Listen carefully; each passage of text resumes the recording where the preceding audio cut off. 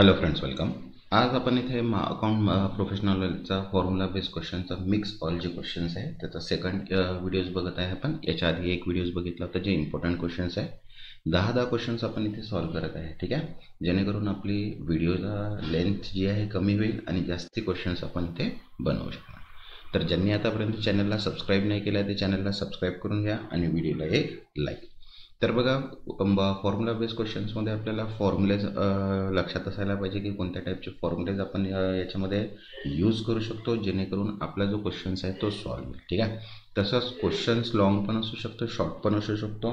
तर त्यामुळे आपल्याला क्वेश्चन्स मेन आहे की क्वेश्चन्स काय आहे एक्झॅक्ट, त्याच्यामध्ये काय विचारलेलं आहे आणि काय कॅल्क्युलेट करायचं आहे हे पण आपल्याला माहिती पाहिजे. ठीक आहे, तर त्याच्यासाठी एक्झाममध्ये जेव्हा पण तुम्ही जाल तर क्वेश्चन्स जो आहे तो सगळ्यात आधी बरोबर समजून घ्यायचा आणि त्याच्यानंतरच आन्सर क्लिक करायचे. तर बघा, फर्स्ट क्वेश्चन आहे इथे. A company undertook to pay a contract for building for ₹90 lakh.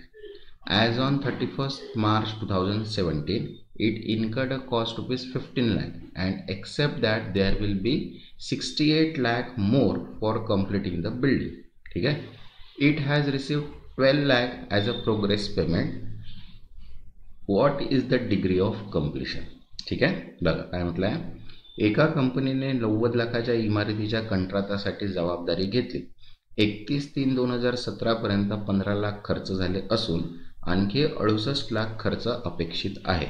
कंपनीला 12 लाख प्रगती पेमेंट म्हणून मिळालेले आहेत. पूर्ततेचे प्रमाण काय असेल हे आपल्याला कॅल्क्युलेट करायचं, मीन्स डिग्री ऑफ कम्प्लिशन काढायचं आहे.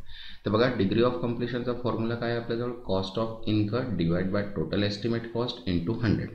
आता टोटल एस्टिमेट कॉस्ट कसं काढावं लागेल, cost of incurred plus expected further cost आपल्याला काढावं लागेल. तर बघा, कॉस्ट इन्कर्ड आपल्याला दिलेली आहे 15 लाख इथे, बरोबर आहे. त्याच्यानंतर एक्सपेक्टेड फर्दर कॉस्ट जी आहे ती आपल्याला किती आहे, ते 68 लाख आहे. जर टोटल एस्टिमेट काढलं तर 15 प्लस 68 तर किती झाले आपल्याजवळ 83. आता 15 डिवाइड बाय 83 इंटू 100 केलं तर किती, 18.07. ते 18.07 जे आहे ते डिग्री ऑफ कम्प्लिशन पर्सेंटेज आहे. ठीक आहे. सेकंड काय म्हटलंय बघा, Shiva limited has obtain an institutional loan of 60 crore for machinery 1/6/2016.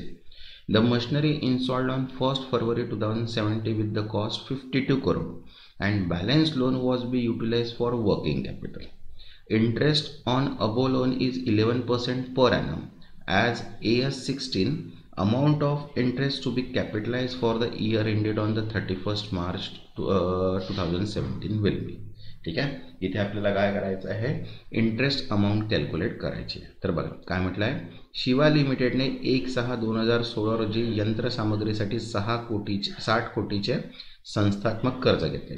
52 कोटीच्या यंत्रसामग्रीची स्थापना 1 फेब्रुवारी 2017 रोजी झाली व उरलेले कर्ज कार्यकारी भांडवलासाठी वापरले गेले. ठीक आहे, वरील कर्जावरील व्याज 11% प्रतिवर्ष आहे. AS16 नुसार 31 मार्च 2017 रोजी समाप्त वर्षासाठी भांडवलीकरण योग्य व्याज किती असेल. तर बघा, हा फॉर्म्युला बघा, अकाउंटिंग 16चा स्टँडर्ड 16 बॉरोइंग कॉस्ट कॅपिटलचा काय आहे, interest to be capitalize equals to loan use for asset into interest rate into period till asset is rate.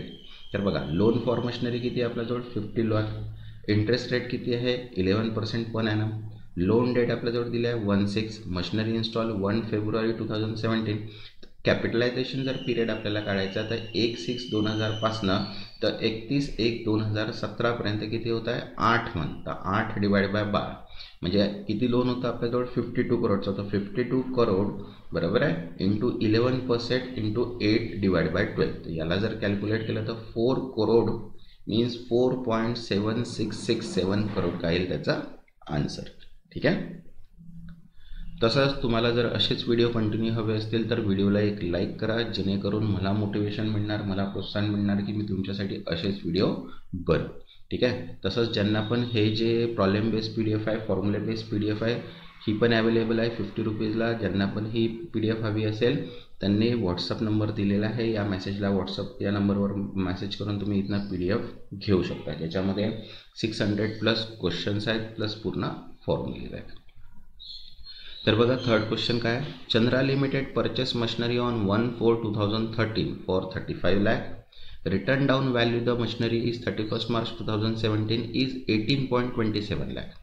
The recoverable amount of machinery is 12.45 lakh. The impairment loss as per AS28 will be. बघा, चंद्रा लिमिटेडने 1/4/2013 रोजी 35 लाखांना यंत्रसामग्री विकत घेतली. 31 मार्च 2017 रोजी तिची लेखित मूल्य 18.27 लाख आहे. यंत्राची पूर्ण प्राप्ती योग्य किंमत 12.45 लाख आहे. AS28 नुसार घट मूल्य इम्पेअरमेंट लॉस किती असेल? ठीक आहे, तर बघा फॉर्म्युला आहे इम्पेअरमेंट लॉसचा carrying amount minus recoverable amount. ठीक आहे, तर बघा सोल्युशन काय दिलं, कॅरिंग अमाऊंट दिलेलं आपल्याला 18 लाख.27, त्याच्यानंतर रिकव्हरेबल अमाऊंट 12.45 लाख. तर इम्पेअरमेंट काय 18 मायनस 12.45 म्हणजे किती आलं 5.82 लाख. तर 5.82 लाख काय आपला करेक्ट आन्सर आहे. नेक्स्ट फोर्थ, कोविड लिमिटेड, ठीक है, agreed to absorb Shiva limited. ठीक है, Shiva limited has been issue 1,20,000 equity share of 10 each which having intrinsic value of 32 each. If intrinsic value of COVID limited equity share is 64 each, then how many equity shares should be issued by COVID limited to Shiva limited to meet out purchase consideration? ठीक आहे, बघा काय म्हटलं आहे, Covid लिमिटेडने Shiva लिमिटेडचे विलिनीकरण मान्य केले. शिवा लिमिटेडला 10 रुपयाचे 1,20,000 इक्विटी शेअर्स दिले असून, ठीक आहे, प्रत्येकाची अंतर्गत किंमत किती आहे 32 रुपये. कोविड लिमिटेडच्या प्रत्येक इक्विटी शेअर्स अंतर्गत किंमत आहे 64 आहे. ठीक आहे, शिवा लिमिटेडला खरेदी मूल्य भागवण्यासाठी कोविड लिमिटेडला किती शेअर्स जारी करावे? तर बघा परचेस कन्सिडरेशन म्हणजे काय, number of share into intrinsic value, आणि number of share to be issued means काय, purchase consideration divide by intrinsic value per share of Covid Limited. तर बघा सोल्युशन काय, शिवा लिमिटेड शेअर इशू किती केले 1,20,000, इंट्रेन्सिक त्याची व्हॅल्यू होती 32,000. आता purchase consideration means 1,20,000 into 32 means किती आले 38,40,000. आता intrinsic value of Covid limited shares किती होते आपल्या 64. तर 38,40,000 डिवाइड बाय 64 केलं तर 60,000 शेअर्स त्याला इश्यू करावे लागेल. ठीक आहे, असेच फॉर्म्युला बेस्ड क्वेश्चन्स आपल्याला विचारू शकतात, त्याच्यामुळे याची प्रॅक्टिस करणे तुम्हाला फार गरजेचं आहे. Next fifth, at the time of absorption B limited by A limited 9% debenture holder of 4 crore 80 lakh. ठीक आहे, of 100 each, B limited to be paid off 10% premium by 8% debenture in A limited issued at the premium 20%. How many debentures of 100 each of issued by A limited? बघा काय म्हटलंय, A लिमिटेडने B लिमिटेडचे विलिनीकरण करताना B लिमिटेडमधील 100 रुपये दर्शनी किमतीचे 9% debenture धारक 4,80,80 लाखला त्याच्या रकमेच्या 10% प्रीमियम चुकवले जाणार आहे, आणि हे 8% डेबेंचर ए लिमिटेडकडून 20% प्रीमियमने दिले जातील. तर ए लिमिटेडला 100चे किती डेबेंचर्स जारी करावे लागतील? तर बघा अमाऊंट पेबलचा फॉर्म्युला काय, amount payable to B limited to debentures holder face value plus 10% premium. Issue at A limited debenture face value plus 20% premium. Means suppose जर 100 आहे आपल्याजवळ तर 100 प्लस 20 किती झाले 120. आता नंबर ऑफ डेबेंचर इश्यूड करायचं आहे तर amount payable divide by issue per debenture. तर डेबेंचर बी लिमिटेडकडे किती आहे 4 crore 80 lakh.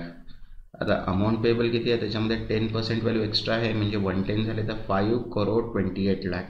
ठीक आहे, इश्यू किती करायचे आहे 120च्या हिशोबाने, तर 5 crore 28 lakh डिवाइड बाय 120 केलं तर 4,40,000 जे आहे इतके डिबेंचर्स त्यांना जारी करावे लागतील. ठीक आहे, नेक्स्ट 6, ऑन एप्रिल 2016, ठीक आहे, J limited bought a trademark from I limited for ₹40 lakh. J limited return on independent value who estimated the trademark remaining life to be 20 years. Its unamortized cost of I Limited record was 30 lakh. J Limited decided to amortize the trademark over the maximum period allowed. In J Limited balance sheet as on 31st March 2017, what amount should be reported as accumulated amortizations? बघा काय म्हटलं आहे, April 2016 मध्ये जे लिमिटेडने I limited कडून 40 लाखांना trademark विकत घेतले. ठीक आहे. जे लिमिटेडने स्वतंत्र मूल्यांकन करण्यासाठी नेमणूक केली, ज्याने ट्रेडमार्क्सचे शिल्लक आयुष्य 20 वर्षे असे सांगितले. आय लिमिटेडच्या नोंदणी नुसार अनमॉनिटाइज खर्च 30 लाख होता. जे लिमिटेडने ट्रेडमार्क्सची अमॉनिटायझेशन कमाल कालावधी करण्याचा निर्णय घेतला. ठीक आहे. 31 मार्च 2017 रोजी जे लिमिटेडच्या ताळेबंदात साचलेली अमॉनिटायझेशन रक्कम किती दाखवली जाईल? तर बघा, ॲन्युअल अमॉनिटायझेशन काढायचं असेल तर purchase price divide by useful life. ठीक आहे. एक्युमुलेटेड अमॉनिटायझेशन आहे तर annual amortisation into number of years हेड. तर बघा सोल्युशन काय, परचेस प्राइस दिला आहे 40 लाख, युजफुल लाईफ दिला आहे 20 इयर्स. तर अमॉनिटायझेशन पर इयर जर पाहिलं तर 40 लाख डिवाइड बाय 20, तर इथे किती येतात? 2 लाख. त्याच्यानंतर पिरियड जर पाहिला तर एप्रिल 2016 ते मार्च 2017 किती आहे? 1 इयर झाला. तर 2 लाख इंटू 1 मीन्स किती राहणार? 2 लाख. तर किती रक्कम द्यावं लागेल? 2 lakh rupees. Next 7. K Limited agree absorb S Limited has 1,20,000 equity shares, बरोबर आहे, of 10 having intrinsic value of 24 each. If intrinsic value of K Limited shares is 48 rupees, then how many equity shares should be issued by K Limited to S Limited meet out the purchase consideration? आताच आपण last एक previous पाहिला आहे, असाच example same. ठीक आहे. बघा, के लिमिटेडने S लिमिटेडचे विलिनीकरण मान्य केले. एस लिमिटेडकडे 10 रुपये दर्शनी किमतीचे 1,20,000 इक्विटी शेअर्स आहेत, ज्याची अंतर्गत किंमत किती आहे? 24. ठीक आहे. के लिमिटेडच्या शेअर्सची अंतर्गत किंमत आहे 48 असल्यास खरेदी किंमत भागवण्यासाठी के लिमिटेडने एसला किती इक्विटी शेअर्स जारी करावे? आपण मगाशीच पाहिलं purchase consideration formula, number of shares into intrinsic value, आणि नंबर ऑफ शेअर इश्यूड जर करायचं असेल तर purchase consideration divide bye intrinsic value of K limited करावं लागेल. तर बघा, एस लिमिटेडचे equity shares 1 lakh, intrinsic value per share 24, तर परचेस कन्सिडरेशन किती झालं? 1,20,000 इंटू 24 मीन्स 28,80,000. आता intrinsic value of K limited shares किती आहे?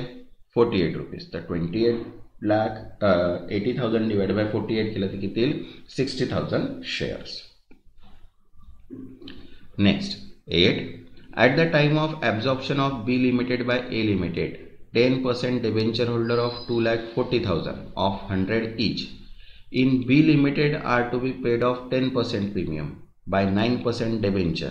In A issue at 20%, how many debenture 100 rupees are to be A Limited? हा असाही क्वेश्चन आपण सेम बघितला होता. बघा काय म्हटलं आहे, ए लिमिटेडने बी लिमिटचे विलिनीकरण करताना बी लिमिटेडचे 2,40,000 100 प्रत्येकचे 10% डेबेंचर धारक 10% प्रीमियमसह चुकवले जाणार आहेत आणि 9% डेबेंचर ए लिमिटेडतर्फे 20% प्रीमियमनी जारी केले जाते. अशा परिस्थितीत ए कडून 100चे किती डेबेंचर्स जारी करावे लागतील? तर बघा, amount payable of debenture holder म्हणजे काय? फेस व्हॅल्यू प्लस 10% प्रीमियम जे दिलेलं आहे, म्हणजे इश्यू प्राइस किती झाली आपल्याजवळ इथे? 120. आता नंबर ऑफ डेबेंचर्स काढायचा तर amount payable divide by issue price. तर बघा, face value 2,40,000, amount payable 10% extra म्हणजे 2,64,000. इश्यू प्राइस पर डेबेंचर 100 होते, त्याच्यावर 20% प्रीमियम म्हणजे किती झाला? 120 रुपीज. 2,64,000 डिवाइड बाय 120 केलं तर किती झाला? 2,200. म्हणजे 2,200 जे आहे ते इश्यू करावे लागतील debenture. Next 9th. In case of amalgamation in a nature of purchase, fixed asset, current asset, total debt, debit balance of profit and loss, purchase consideration are. बघा इथे व्हॅल्यू दिलेली आहे सगळ्याची. परचेस, फिक्स असेट, त्याच्यानंतर current asset, total date, debit balance of profit and loss and purchase consideration हे दिलेलं आहे. इथे 51,20,000, 25 लाख, 22.60, 4.40 अँड 48 लाख. बरोबर आहे. The amount capital reserve goodwill. तर अमाऊंट किंवा कॅपिटल आपल्याला काढायचं आहे. ठीक आहे. तर बघा काय म्हटलंय, खरेदी स्वरूपातील विलिनीकरणाच्या बाबतीत स्थिर मालमत्ता 51,20,000, चालू मालमत्ता 25 लाख, एकूण कर्ज 22,60,000, नफा तोटा खात्यात डेबिट शिल्लक 4,40,000 आणि खरेदी विचार 48 लाख आहे. गुडविल कॅपिटल रिझर्व्ह किती असेल? तर बघा काय म्हटलं इथे, नेट असेटचा फॉर्म्युला काय? Fix asset plus current asset minus total date minus debit balance. ठीक आहे. कॅपिटल रिझर्व्ह किंवा goodwill means purchase consideration minus net asset. तर बघा नेट असेट आपल्याला दिलेलं आहे 51,20,000, 25 लाख, त्याच्यानंतर मायनस 22,68 मायनस 4. तर याचं कन्सिडरेशन जर आपण केलं तर किती आलं नेट असेट आपल्याजवळ 49,20,000. आता परचेस कन्सिडरेशन जे होतं ते आपल्याजवळ किती होतं इथे 48 लाखचं, बरोबर आहे. खरेदी विचार किती होता 48 लाख. तर 48 लाख मायनस 49,20. तर इथे कॅपिटल रिझर्व जर पाहिला तर किती आला 1,20,000. ठीक आहे. नेक्स्ट 10th बघा काय म्हटलं आहे. P limited agree to absorb R limited. For this purpose, R Limited 10,000 9% preference share are valued at 62.25 each, and 1,30,000 equity shares are valued at 16 rupees each. If P Limited discharge purchase consideration by issuing its equity shares of rupees 10, each having intrinsic value 46 each, number of equity shares issued by P Limited to R Limited will be. बघा काय म्हटलं आहे. P Limitedने R Limitedचे विलिनीकरण मान्य केले. R लिमिटेडचे 10,009% प्राधान्य share 62.25 प्रमाणे आणि 1,30,000 इक्विटी शेअर 16 रुपये प्रमाणे किंमत लावण्यात आली आहे. पी लिमिटेडने 10 रुपयाचे शेअर्स ज्याची अंतर्गत किंमत 46 आहे जारी करून विचार फलक भागवला. पी कडून आर ला किती इक्विटी शेअर्स दिले जातील. बघा परचेस कन्सिडरेशनची व्हॅल्यू काय purchase preference shares into value per shares plus equity shares into value per shares आणि number of shares to be issued म्हणजे काय purchase consideration divide by intrinsic value per share limited. तर बघा काय म्हटलं आहे प्रेफरन्स शेअर्स 10,000 इंटू 62 म्हणजे 6,22,500. Equity shares 1,30,000 into 60 म्हणजे 20,80,000. परचेस कन्सिडरेशन म्हणजे दोघांची ॲडिशन केली आपण तर 27,02,500 आली. इंट्रेन्सिक व्हॅल्यू पर शेअर किती आता होते आपल्याजवळ अंतर्गत किंमत होती 46. तर इथे 46 म्हणजे 27,02,500 डिवाइड बाय 46 तर किती येईल 58,750. ठीक आहे. हे जे क्वेश्चन्स आहे तुम्हाला सॉल्व्ह करून बघावे लागतील. जेव्हापर्यंत तुम्ही सॉल्व्ह नाही करणार तेव्हापर्यंत तुमची प्रॅक्टिस होणार नाही.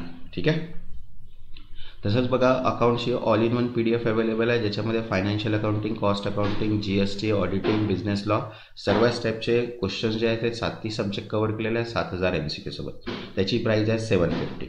मॉक टेस्ट जे आहे ते तुम्हाला मिळून जाणार 150ला ज्याच्यामध्ये complete mock test with solution दिलेले आहे PDF मध्ये. तसंच 50 रुपीजची जी आहे ते फॉर्म्युला बेस्ड प्रॉब्लेम बेस्ड जे आपण आज शिकलेलं आहे ती MCQज आहे त्याची प्राईस आहे 50 आणि रिव्हिजन बेस्ड MCQज जे आहे त्याची प्राईस आहे 200. तर ज्यांना पण ही PDF हवी असेल व्हॉट्सअप नंबर दिलेला आहे इथे मेसेज करून ती PDF तुम्ही परचेस करू शकता. ज्यांनी आतापर्यंत चॅनलला सबस्क्राईब नाही केलं ते चॅनलला सबस्क्राईब करून घ्या आणि व्हिडिओला एक लाईक. तेव्हापर्यंत धन्यवाद.